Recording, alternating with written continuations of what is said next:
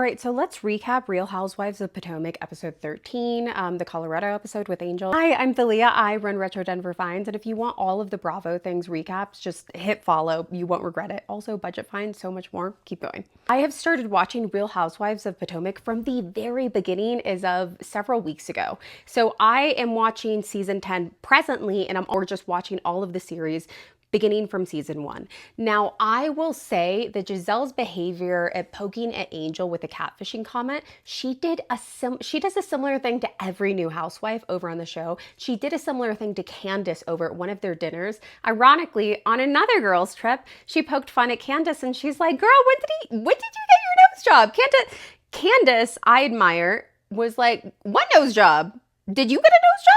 When would I have gotten a nose job, Giselle?" Giselle, I am sick of you. Girl, you're retirement age. Girl, you got a 401k. Girl, you got a pension plan. You don't need to be on the show anymore. I'm sick of you. I'm sick of you and the little bot that she's making of Ashley. Ashley's useless. She has become useless after season 5.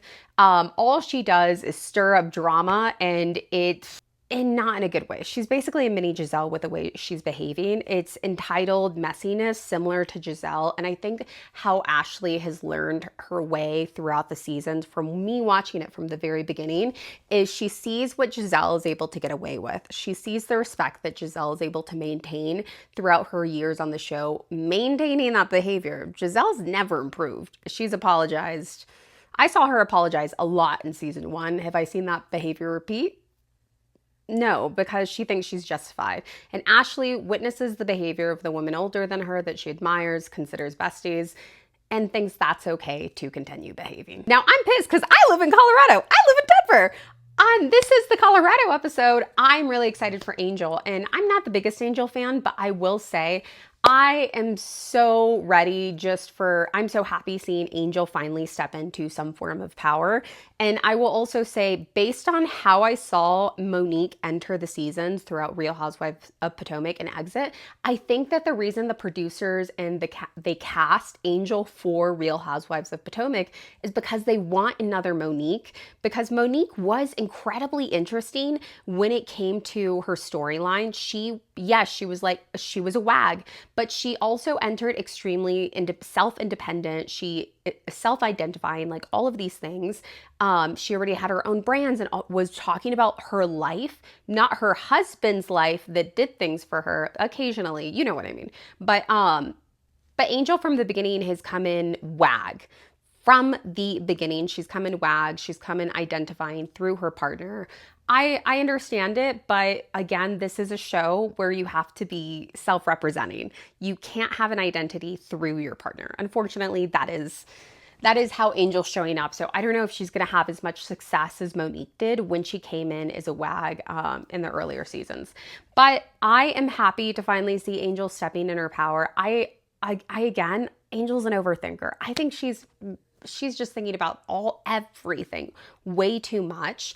I can tell with the way she's shaking, just telling Ashley, like, "Why do you want to be in my home? Like, you don't even like me. You don't even want to say nice things about me. You want to use these words around me, whatever. She's thinking about this stuff a lot because it bothers her. And I think Angel thought she would just let things slide, but you guys have to think about the fact that you're spending like 3 to 4 months filming this show, and every bit of your time is soaked up by having to spend time with these women that you don't even like.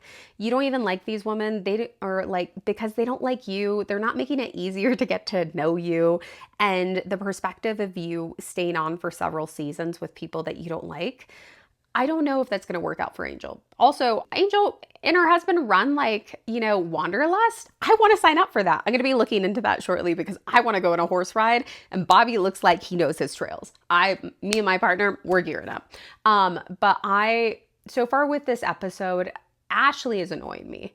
Wendy is annoying me too, because Angel, I can see, is trying to give her some grace. She's like, "I like you. I think we're good." And Wendy's like, "No."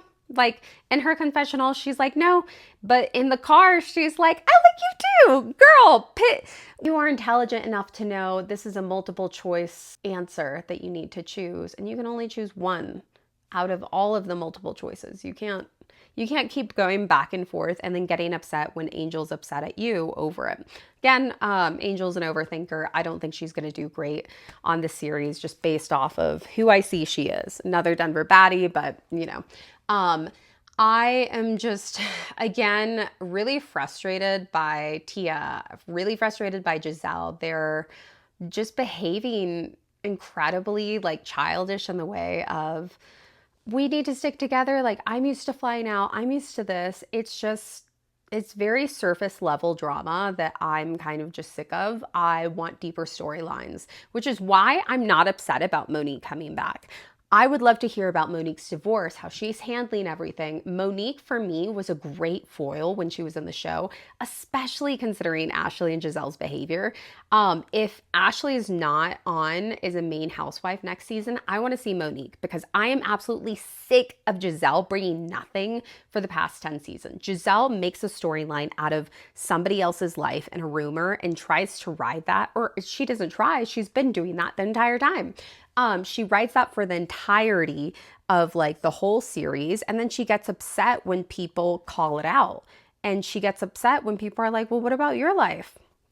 No. And she refuses to share about that. And I'm glad Robin's no longer on the show, because I'm watching season 7, which is Robin's, I think season 7 or 8 is Robin's final season.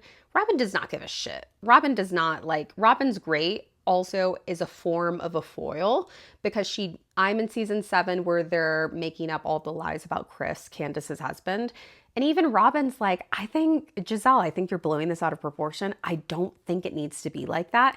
And Giselle's on her hate train. Ashley's joining along. She's, I'm sick of Giselle. I'm sick of Ashley. I have no idea why Giselle is able to get away with so much for being messy when she literally brings nothing. At this point, like in season 7 of Real Housewives of Potomac, Charisse was bringing more.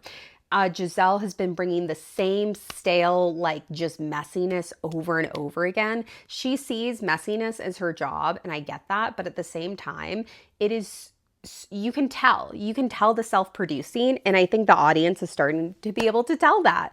And we'd rather, like, Giselle's no longer like raising her children in her home. And what we used to be able to get with that was these shots of Giselle with her children, raising her kids in her house, talking to them. You got to see the dynamic, and you also got to see, like, you know, she wasn't as emotionally available for her kids, and they would call her out for that. And they would even call out her dating tactics and stuff. So we, the audience, actually got to know more about Giselle through her children. Now that her children are grown up, out of the house, we don't have access to that anymore. Anyways, I will come back with part 2 of my recap.